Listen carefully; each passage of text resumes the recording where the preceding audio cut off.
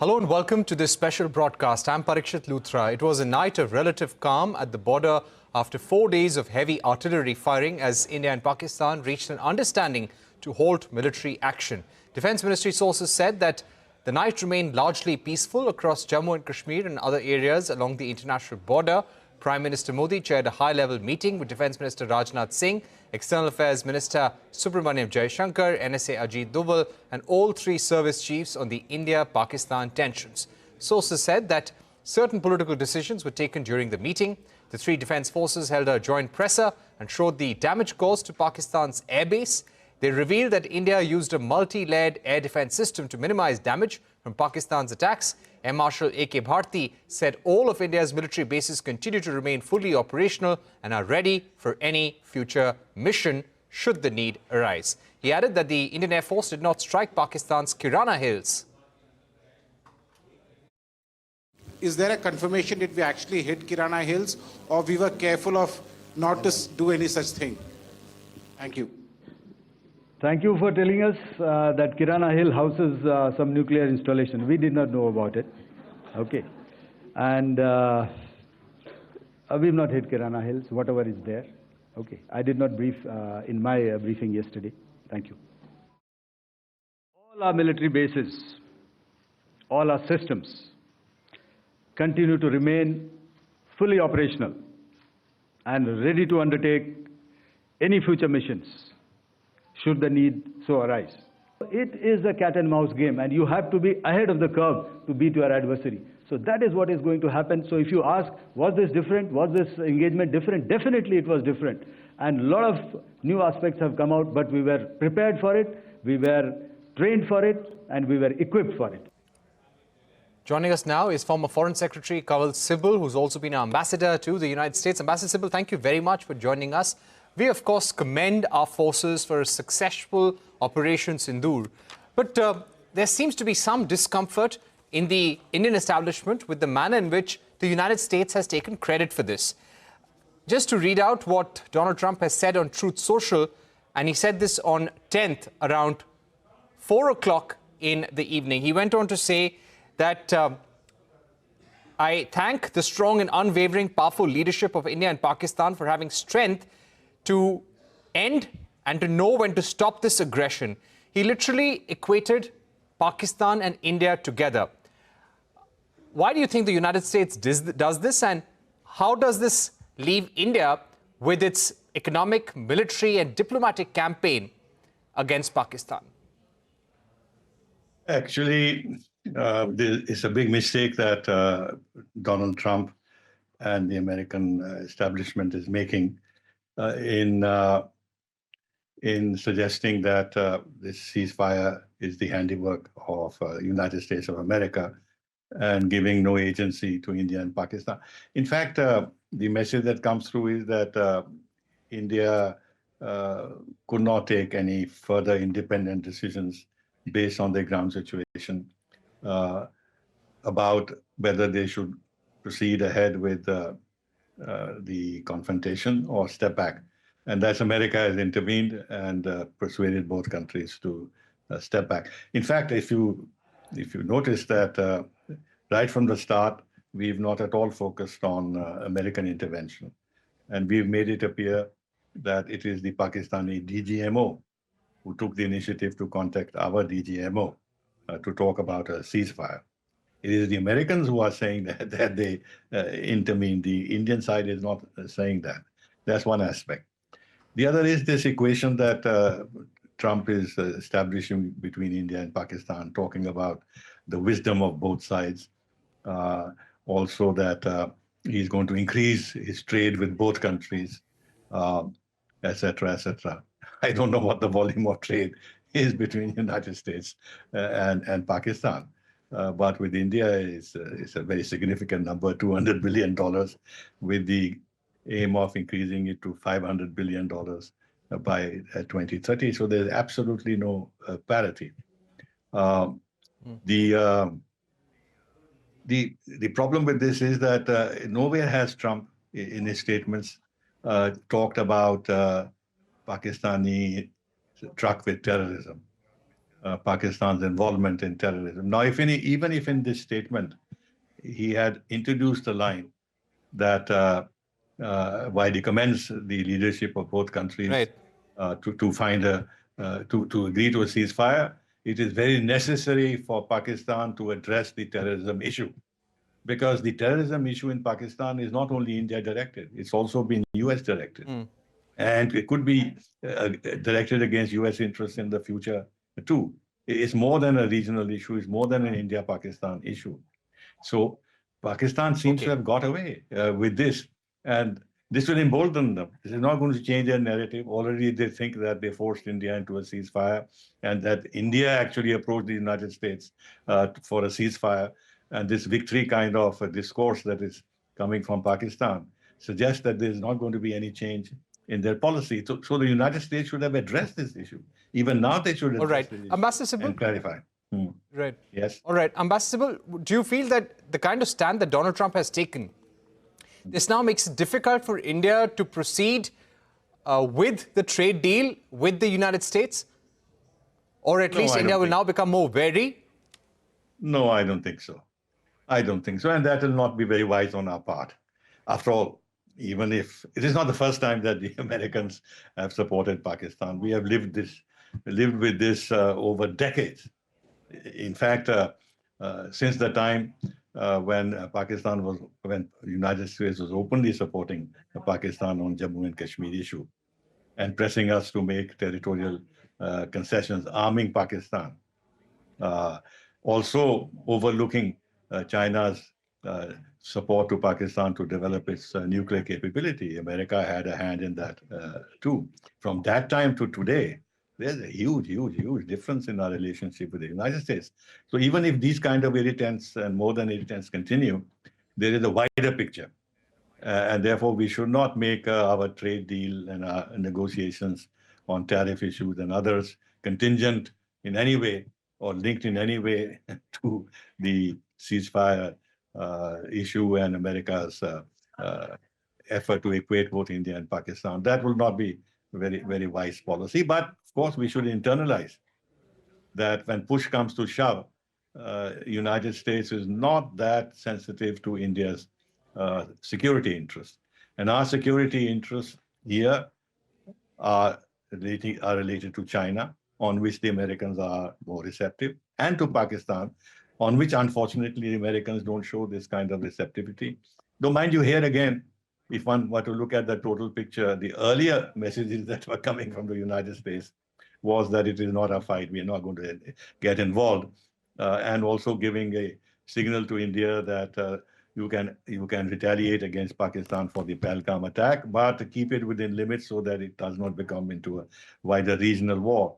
So I don't know what happened subsequently for the United States, President Trump himself, to take this approach of in every way, politically, morally, militarily, equating India and Pakistan, and not addressing why India had to act. If there was no Pahalgam, if there was no constant support by Pakistan to terrorism in India so as to disrupt the peace in Jammu and Kashmir, progress in Jammu and Kashmir, and generally disrupt what is happening in terms of India's economic rise and everything else, we would not have acted.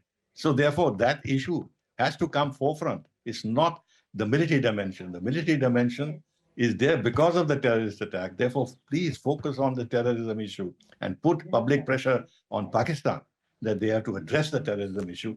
This is not forthcoming, unfortunately, from the United States. Okay, I'd like to ask you another question, sir. Do you think that India going forward has to be careful in its dealing with US President Donald Trump?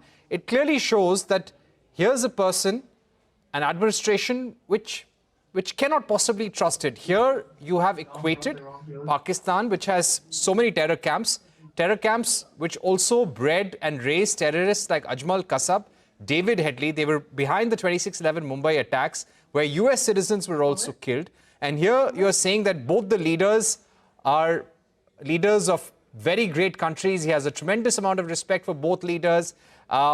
And he would love to mediate on the Kashmir issue one day. So he's equated both the countries together, somehow embarrassed India.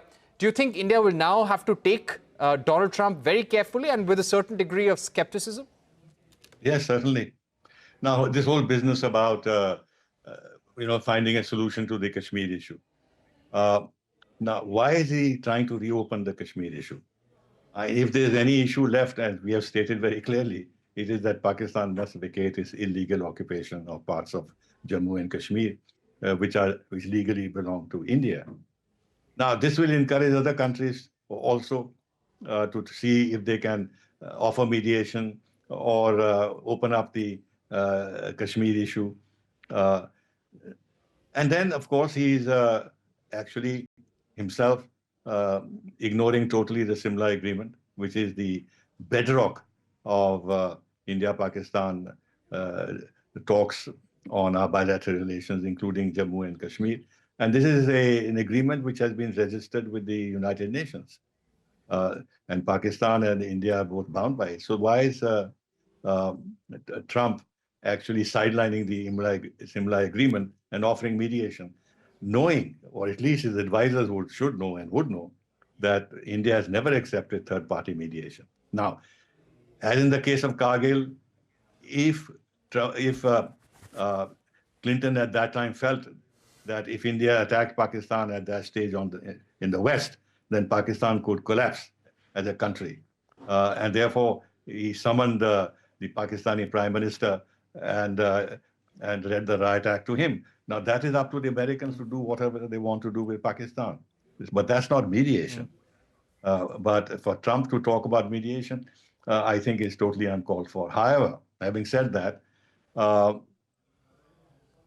Trump talks pretty loosely about these matters. His facts are not right. He's talking about a 1,000-year war between India and Pakistan when Pakistan only got created in 1947. So the point also is how seriously one should take him, ignore much of what he says, and see if you can, somehow steer him away from some of these statements, swallow them, but also at the same time, through diplomacy, through his aides and everything else, and we have good equations with people around him to steer him away from this loose talk and made to understand that it is actually alienating sections of the Indian public opinion and also making it difficult. Very quickly, Yes. While we come out successful from Operation Sindoor, where do you think this leaves India with its diplomatic toolkit or the cards it has available? US, by praising Kashmir, by praising Pakistan's leadership, equating both countries together, has shown that they may or may not come to India's assistance in a time of crisis. China and Pakistan, extremely close together. Chinese fighter jets, Chinese missiles were used against India. Turkish drones were used against India as well. US and China, despite all the hostilities, no matter what he's said, United States has been saying about China, has gone ahead and signed a trade deal with China today. They've announced a trade deal. So, and all this while we were thinking one of the first countries to get a trade deal with the US would be India. That has not happened. One of the first countries is China. So where does this leave India in the scheme of things, and what's the learning here? Well, the learning here is that Trump cannot be fully relied on. He is obviously, and that you can't hold against him, his goal is to make America great again and sacrifice any relationship with any country, including friendly countries and allies, as has happened with Europe, if it does not fit into his larger goal of MAGA or what have you. So in that sense, one has to be careful in dealing with Trump and not get overly impressed by personal gestures and talk about a personal equation, personal chemistry, which has its importance and which we should capitalize on to the extent that we can, but we be very, very careful. And there's a lesson in this as to what you said just now about the trade deal with China. There's a lesson in this with regard to how much we should now strategically become increasingly a part of Quad and this Indo-Pacific business, because all this raises doubts. But of course, keeping in mind that even if he's had a trade deal, the larger challenge of China to United States remains, and the public mood and the political mood in the United States is very anti-China. So to the extent that this can benefit us in terms of shifting of supply chains and everything else. Point is that, these are very complex matters. There are no neat solutions. There's no black and white thing.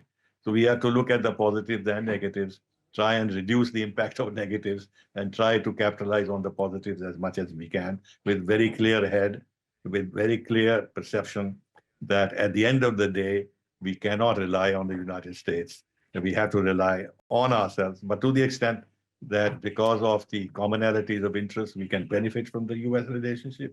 Okay. We should go ahead and do so. All right, we've run out of time, but thank you very much, Ambassador Sibal, for joining us. Very important points there and big learnings for India from what has happened and the manner in which the US has taken credit for what has happened in bringing a ceasefire to the India-Pakistan conflict since the 7th of May. Time for a short break, but coming up on the other side, we continue our coverage of Operation Sindoor with Captain DK Sharma on the growing tensions in the region and India's possible stance in the ongoing conflict.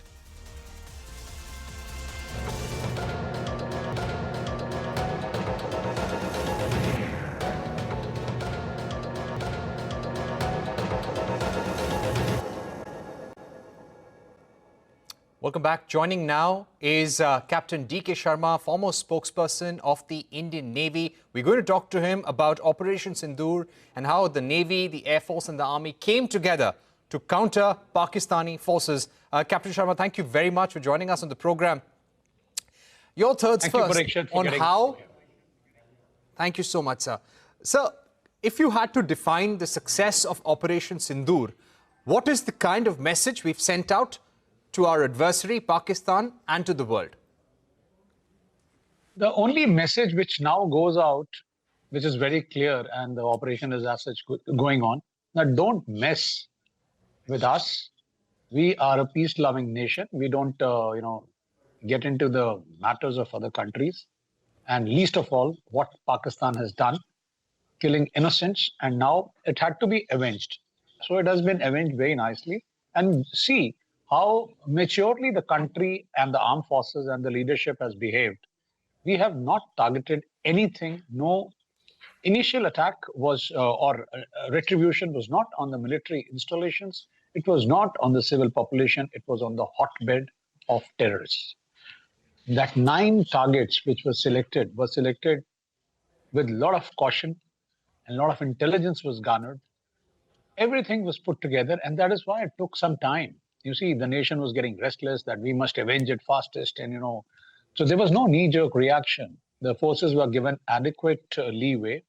They were given adequate freedom, flexibility to act, and the targets were very, very nicely chosen. All information gathered, and you saw it. What was the effect? Coordinated, saturated attack within 15 minutes brought down 9 hotbeds. So that is what is the message, that don't mess around with a country which is trying to bring in order and peace and discipline in this part of the world. So that is what is right. Indo-Pacific. Correct. Captain Sharma, I would also like to ask you, we saw the use of Turkish armed drones in this conflict with India. We also saw Chinese fighter jets, Chinese missiles, Chinese air defense systems being used, which is all a part of the Pakistani defense establishment. Could you give us a sense of what would be the percentage of Turkish and Chinese equipment that Pakistan used against India since the 7th of May? Well, Parikshit, we know that they do not make anything. Everything is imported, whether it is coming from Pakistan or Turkey or China or Turkey or any other third country. The point is, today we have proved that our counter-UAS system, unmanned aerial systems, the counter which we are producing, like when you have electronic warfare, you have ECCM measures. So when you find that their ECCM measures are catching up with us, then you have ECCM measures. And then the equation keeps on increasing. So now we saw that the Turkish drones, or for that matter, the reverse engineered Chinese fighters, they have proved or whatever. They use them, but you see, we have absolute confidence on our R&D, our technology, and the strides which we are taking now in Atmanirbharta use. And we have to give credit to the young boys, to the young breed which is coming out, the MSMEs and the innovators and the disruptors who proved it beyond doubt that yes, we can produce, and we delivered also. That is how they were brought down. I mean, say the swarm drones coming in, hundreds, bringing them down is not a joke, and that too in the dark. And these little swarm drones are very small, a piece of equipment, and it is flying very low. So there is a possibility that it evades the radar detection. But then we had our countermeasures there. We were jamming them. We were, making them helpless, and they were totally confused and were falling like nine pins. That is what has happened. Actually, that is what happened. It was an electromagnetic atmosphere which was totally overtaken by our people. That's an important point, sir. Captain Sharma, what I'd also like to understand is about the role of the Indian Navy in this operation. We did not get directly involved, but at the same time, the Indian Navy had provided loitering munitions to the Air Force and Army for the attacks on terror targets in Pakistan. At the same time, the Indian Navy was on a very offensive position in the Arabian Sea. We were carrying out missile firings on a regular basis as part of our exercise. We heard the Director General of Naval Operations saying that we have a very strong operational edge in the ocean, in the Arabian Sea, and Pakistan knows about that very well. Give us a sense of the kind of role, the dominance role that Indian Navy plays in such operations. Well, Parikshit, you have brought out, and this is a very, very pertinent question, and I must, through your channel, put out to our Indians and my fellow countrymen and women that this was, though the Navy is not seen, that is why we are called a silent service, but let me assure you, we were ready and deployed much, much, much before the, trigger was pressed by the Army or the Air Force. And I'm not getting into a competitive mood. As brought out by you, a lot of efforts were sent from Navy to the Air Force and Army for like the loitering munitions and all. But the biggest action which the Navy did, and the message which went across to Pakistan, they knew it, our deployments. We were all across the Makran coast, and that's 800 kilometers. And I'm sure their P3C Orions and their INT sorties were finding out, and they were keeping a track of us also. And we were there. The CBG was deployed, as the DGNO has said. So the message which went out that they are in solid numbers, and they were very close out of their weapon ranges, but patrolling over there, ready to fire. But we exercise restraint, as the topmost leadership is saying, that our idea was not to attack on the civilian population or the military installations. We were only looking at the terror hubs, first of all. What happened after that was a little bit of, provocation by them, and then we came out. But Indian Navy, insofar as, choking Pakistan ports, and there are 5 ports, Jiwani, Gwadar, Pasni, Ormara, and Karachi. So we were all across, and should the need be there, and had it been there, we would have choked them. We would have cut their supply lines. We would have cut their fuel supply lines, and we would have choked them. We would have starved them of the essentials which were coming from abroad. That is the export-import routes. And of course, we had our firepower mustered at vantage points, which was ready to deliver. But, better sense prevailed, and things were, halted, but they would have been given a bloody, bloody nose. That is, I can tell you, and that is what is the DGNO in a very, very, subtle statements he's making out, that our capability and our capacity, it was at the peak. We were absolutely ready. Very important points, and perhaps that was one of the reasons why Pakistan initiated the DGMO call on 10th morning. Thank you once again for joining us on Newscentre. Let's move on. CNBC